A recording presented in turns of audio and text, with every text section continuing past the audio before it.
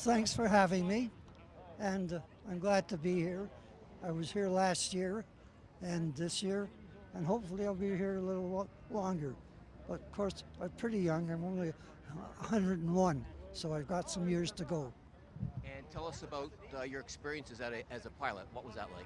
Well, I didn't have experience as a pilot because at that time, if you were wearing glasses, which I didn't know, you couldn't be a pilot or be air crew because as the glasses broke, you were out of commission.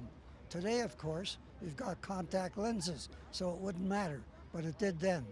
So they had to put me somewhere else.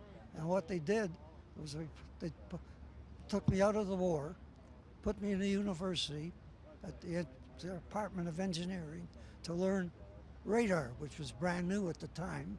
And I spent several months there and then several months upgrading when I came back, and eventually joined and was attached to the RAF and did radar in Italy for about 2 years, which shortened the war, but I wasn't in a war. I was, wherever I was, I had a private room and a bathroom because they took over monasteries, and there's no way they were going to let anybody take care of me because they needed me. And we directed the planes from England. We used to go halfway into Germany and then fly back because of gasoline and lack of bombs. Didn't have to do that anymore. They flew shorter distance to Italy from Germany, refilled them with bombs and what's the other thing? And gasoline, send them back to England, drop the bombs again, and that's what happened. The war ended in Europe, and they had a special note come from London to my camp in Italy. They'll say, send Gord back immediately.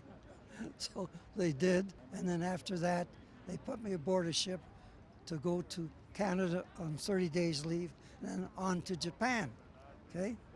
So we're on board the ship, and the war ended in Europe. And the guys, what do you do on a board ship? You play cards, you drink, etc. I didn't drink, but I played cards. War ended in Italy, and the war has ended in Europe. And everybody said, terrific, it's your turn to bid. Nobody gave a damn. The next day, they heard their first commercial for some of them in 4 or 6 years, and the ship went mad. We landed in Quebec, I guess, about a day after the bombs were dropped in Japan. And that was the end of the war. We were the first ship to land in Canada. Were you afraid? Were you hesitant at all, or what was your thoughts? Never. I just told you, I was never afraid because we were so well protected that we didn't have to.